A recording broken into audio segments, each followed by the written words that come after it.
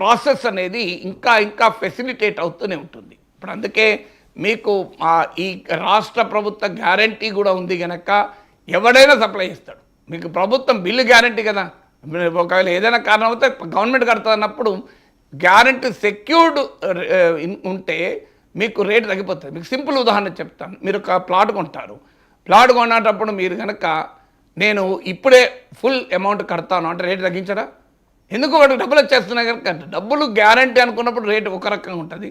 So అందువల్ల క్లియర్గా రాష్ట్ర ప్రభుత్వం గ్యారంటీ ఉంది కనుక ఈ డీల్కు వాల్యూ పెరిగింది. తర్వాత మీరు ఇప్పుడు చంద్రబాబు నాయుడు అంటున్నది 3,000 కోట్ల రూపాయలు కట్టాలి.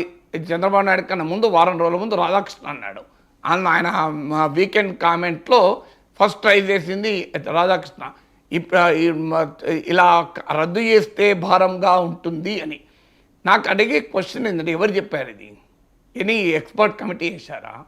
దీన్ని రివ్యూ చేస్తానికి ఏదైనా ఫైనాన్స్ డిపార్ట్మెంటు, ఎనర్జీ డిపార్ట్మెంట్ అఫీషియల్స్తో మీరు ఏమైనా కమిటీ వేశారా? వాళ్ళు చెప్పారా?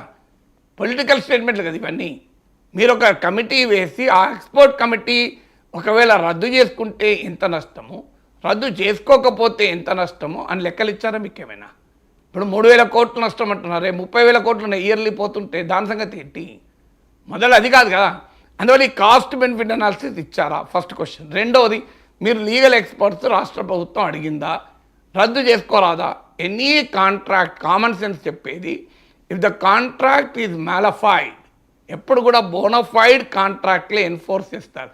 మాలఫైడ్ కాంట్రాక్ట్ ఎన్ఫోర్స్ చేయరు. ఉదాహరణకు బెదిరించి ఒప్పందం చేసుకున్నారనుకో, నిలబడుతుందా ఒప్పందం? బెదిరించి ఒప్పందం చేసుకుని నిలబడదు కదా. అక్రమ పద్ధతుల ద్వారా ఒప్పందం చేసుకుంటే ఆ అక్రమ పద్ధతుల ఆధారంగానే ఒప్పందాన్ని రద్దు చేసేయచ్చు. మీకు ఎప్పుడు కూడా అక్రమ పద్ధతులకు ఉంటుంది.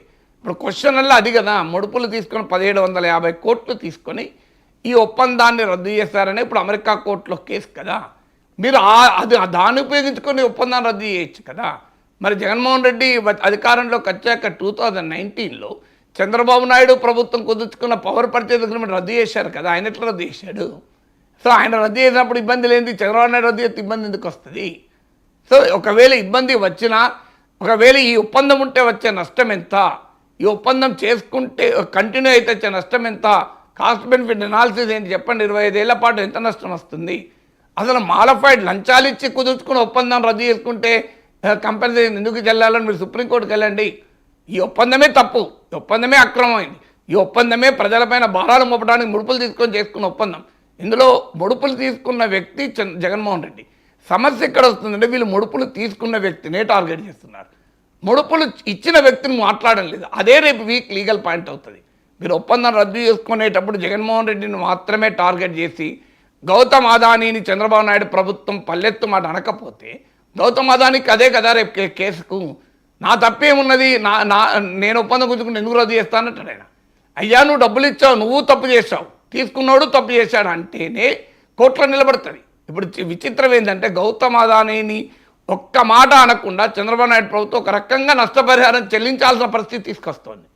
అయ్యా నీకు అవినీతి పాల్పడ్డాడు జగన్మోహన్ రెడ్డి అంటున్నారు. అవినీతికి ఇచ్చింది ఎవరు? గౌతమ్ అదానీ కదా, ఇద్దరు కదా బాధ్యత. మీరు ఉదాహరణ చూడండి, తెలుగుదేశం కానీ తెలుగుదేశం అనుకూల మీడియా కానీ ఎక్కడ గౌతమ్ అదానీని అవినీతి పరుడు అన్నదు. డబ్బులు ఇచ్చినాడు అవినీతి పరుడు కాదట, తీసుకున్నాడు అవినీతి పరుడట. ఇది ఎక్కడ ఆశ్చర్యం అండి?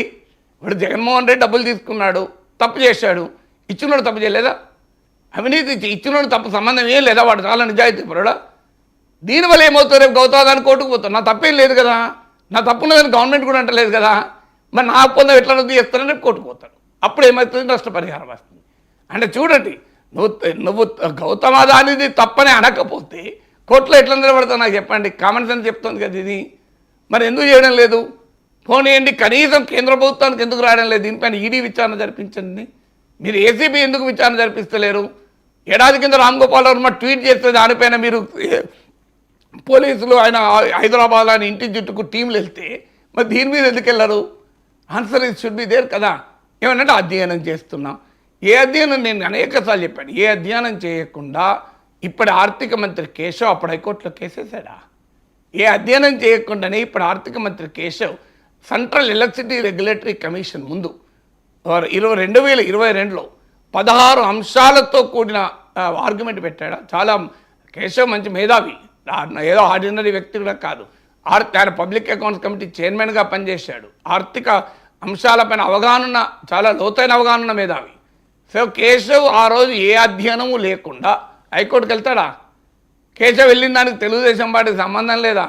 ఇప్పుడు చంద్రబాబు నాయుడు అధ్యయనం చేస్తున్నా అంటున్నాడు, కేశవ్ని కూర్చుని పెట్టుకుంటే అయిపోతుంది. అధ్యయనం ఏమున్నది?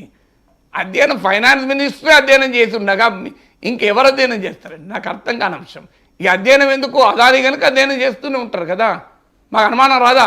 అదాని కనుక అధ్యయనం చేస్తుంటారు. ఎందుకంటే గంగవరం పోర్టు గురించి మాట్లాడుతారా మీరు? ఇప్పుడు తెలుగుదేశం పార్టీ ఎక్కడన్నా కొత్త అధికారంలోకి వచ్చాక చంద్రబాబు నాయుడు ప్రభుత్వం సీజ్ ద షిప్ అని పవన్ కళ్యాణ్ అన్నాడు, సీజ్ ద పోర్ట్ అన్నది పవన్ కళ్యాణ్. నా అభిప్రాయం అయితే సీజ్ ద పోర్ట్ అని ఎందుకంటే లేడు, గంగవరంలో 10% వాటా 2000 ఎకరాల రాష్ట్ర ప్రభుత్వ భూమి ఇచ్చినందుకు వచ్చిన 10% వాటా కేవలం 600 కోట్ల కాదానికి ఇచ్చారే జగన్మోహన్ రెడ్డి. ఇంత అన్యాయంగా ఇచ్చారే, అప్పనంగా ఇచ్చిన దానిపైన సీజ్ ద పోర్ట్ అనాలి కదా పవన్ కళ్యాణ్. ఎందుకు పవన్ కళ్యాణ్ ఒక్కసారి గంగవరం పోర్టు పోయి ఈ పోర్టులో 10% వాటా అన్యాయంగా తీసుకుని ఇచ్చేశాడు Jaganmohan Reddy, seize the port అని ఎందుకంటలేరు? అదాని విషయంలో వచ్చే వరకు అందరూ మౌనం, గచ్చు, ఎవరు మాట్లాడకండి. అధికార పార్టీ లేదు, ప్రతిపక్ష పార్టీ లేదు, ఏమీ ఉండదు. అధికార పార్టీ అనుకూల మీడియా ఉండదు, ప్రతిపక్ష పార్టీ అనుకూల మీడియా ఉండదు. అదృష్టవశాత్తు డిజిటల్ మీడియా ఉంది, మీలాంటి వాళ్ళు ఉన్నారు, నాలాంటి వాళ్ళు ఉన్నారు కనుక మనం మాట్లాడుకుంటున్నాం. ఇంకా